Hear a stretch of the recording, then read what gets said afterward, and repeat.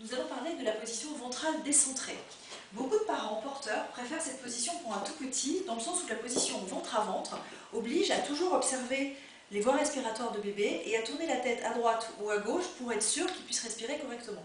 La position ventrale décentrée que nous allons faire maintenant permet d'avoir l'enfant de 3/4 et donc les voies respiratoires qui seront beaucoup plus facilement dégagées.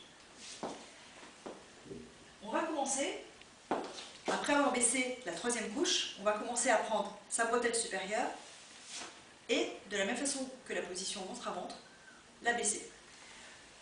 Nous avons la bretelle inférieure, nous allons prendre notre enfant, l'installer du côté de la bretelle abaissée. On va récupérer cette bretelle et on va passer la bretelle entre les jambes de bébé. Lorsque l'on va déployer la bretelle sur son dos, on va le tourner de 3/4 avec les jambes qui vont dans le même sens et nous allons nous retrouver avec bébé qui regarde du côté de la bretelle abaissée. Nous allons déployer la bretelle sur son dos et le bord de la bretelle va venir ici se caler sous le genou de bébé et ce genou sera en position supérieure par rapport à l'autre genou. Le genou qui est contre le ventre du porteur est plus bas que le genou qui est à l'extérieur. Votre bébé va donc être tourné en regardant vers cette épaule et il a toujours ses petites mains qui sont devant.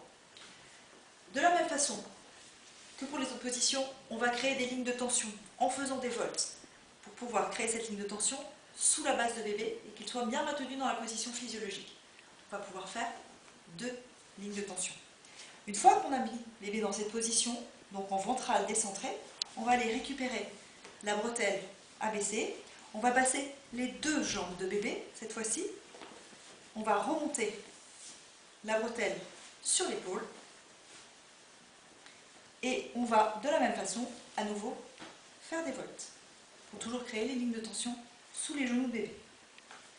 Cette fois-ci, contrairement à la bretelle inférieure, on va devoir un petit peu tirer éventuellement sur l'écharpe et bloquer sous la bretelle pour dégager les voies respiratoires. Une fois que bébé est dans cette position, on peut aller récupérer la 3e couche que l'on passe bien par-dessus les pieds. Et voici un bébé installé en ventrale décentrée.